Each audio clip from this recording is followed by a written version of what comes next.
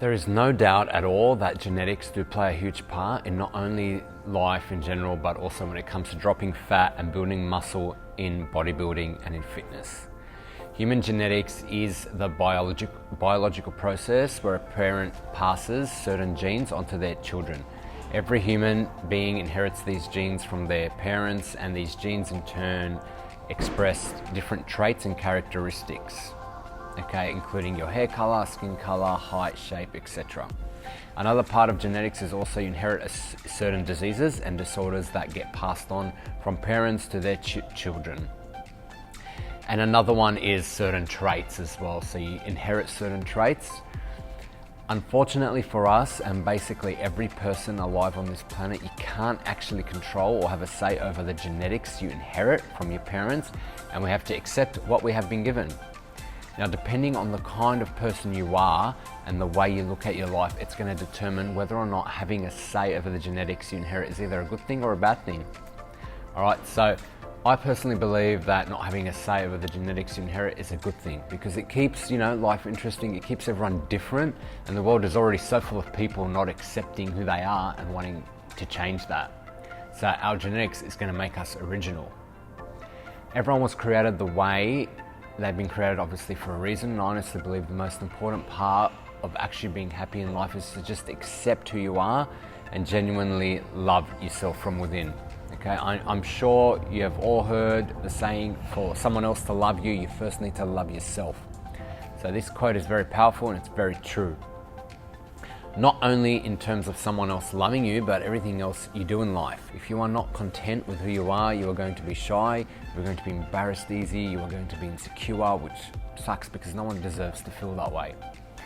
Again, unfortunately for us, we always want what we don't have, or we always want what we can't have. I don't know why we feel this way, but it's very common amongst society, especially nowadays, that body image has become such a talked about topic, and it's become a lot more of an expectation as opposed to just being a desire. With social media being, so out of control and so popularity, there are, guys with their tops off all the time. There are girls in bikinis. And I completely understand how easy it is to compare yourself and feel insecure about yourself because of what you see on social media. Now, how this relates to genetics and bodybuilding and in fitness is very simple. I said earlier that we always want what we don't have, which in turn may make us feel insecure and lead to more self-criticism, but honestly, these are feelings that you can control. You just need to learn and mentally understand what I'm about to tell you.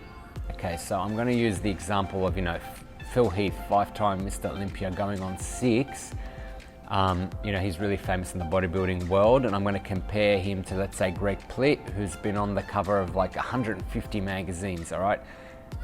They're both totally different physiques, okay? So one's really big bodybuilder, one's kind of more shredded fitness physique. Phil is an absolute monster. He has 50 kilos plus more muscle than Greg Plitt does, and his genetics in terms of bodybuilding muscle is far superior. All Phil Heath has to do is basically look at a dumbbell and his muscles will just start growing. Okay, so he's genetically gifted that way to bodybuilding muscle.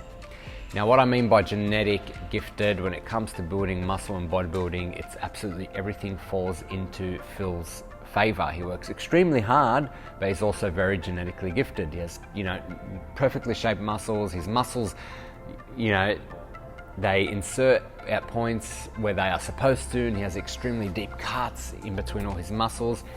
You can always make improvements to what you have and work on your genetic base, but some things like insertion points and the belly of the muscle, they're totally out of your control. In bodybuilding, it is not just about the size of the muscle. There are so many other factors that genetics have an effect on that will progress some people faster than others. Greg Plitt, on the other hand, does not build muscle anywhere near as fast as Phil does, and he does not have that, big round muscle belly that Phil does.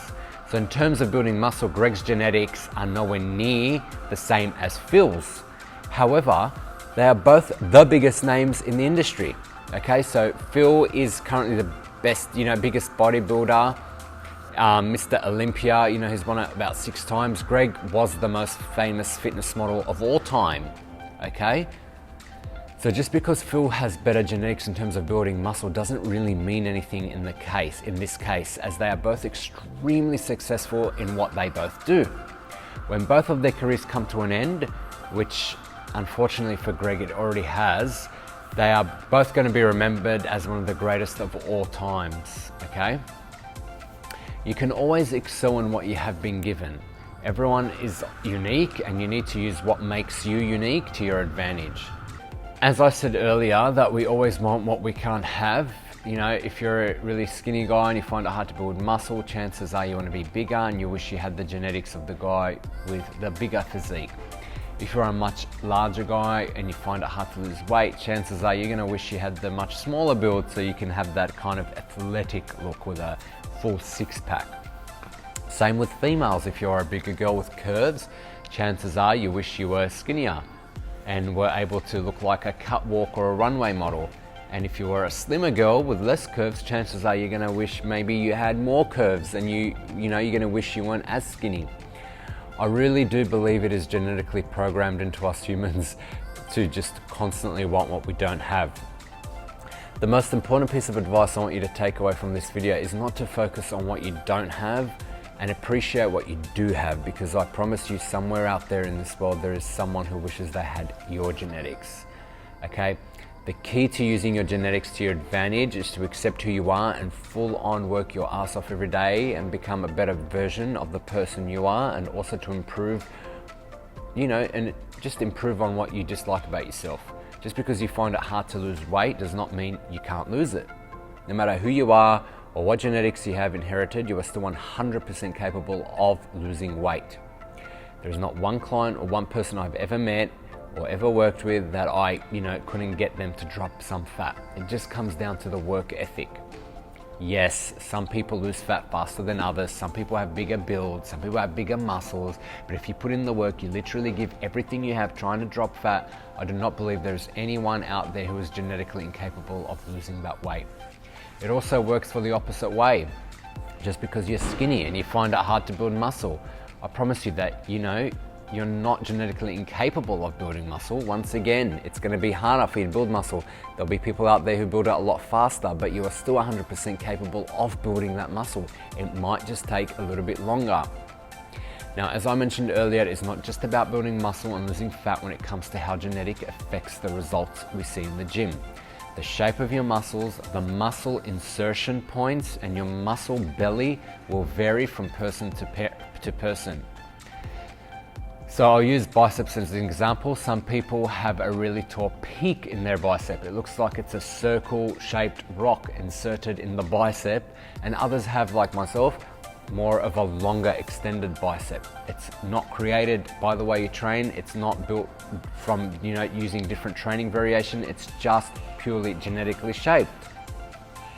Another example is the way your muscles react to different kinds of training styles. Okay, so in my video rep ranges, I talked about how lifting 1 to 7 reps is strength and 8 to 15 is hypertrophy. As in general overall statement, that is correct. However, there are people out there who build muscle a lot faster of lower rep training, and there are people out there who will build muscle faster from higher rep training. The way your muscle fibers respond to certain types of lifting as well is totally out of your control. There's no right or wrong. It all comes down to the individual and their genetics. That is why you cannot say something works and something doesn't work until you try it for yourself. You can never say something is wrong until you have tried it yourself, because everyone responds differently to different training techniques. In saying that though, you still cannot use your genetics as an excuse. You are who you are, you've been given what you have been given, and you need to work really hard to build on that base foundation that you like about yourself, and also the ones that you want to improve. I'm never going to accept that genetics to be used as an excuse as to why you cannot see results with your training. It's just incorrect and it's not right.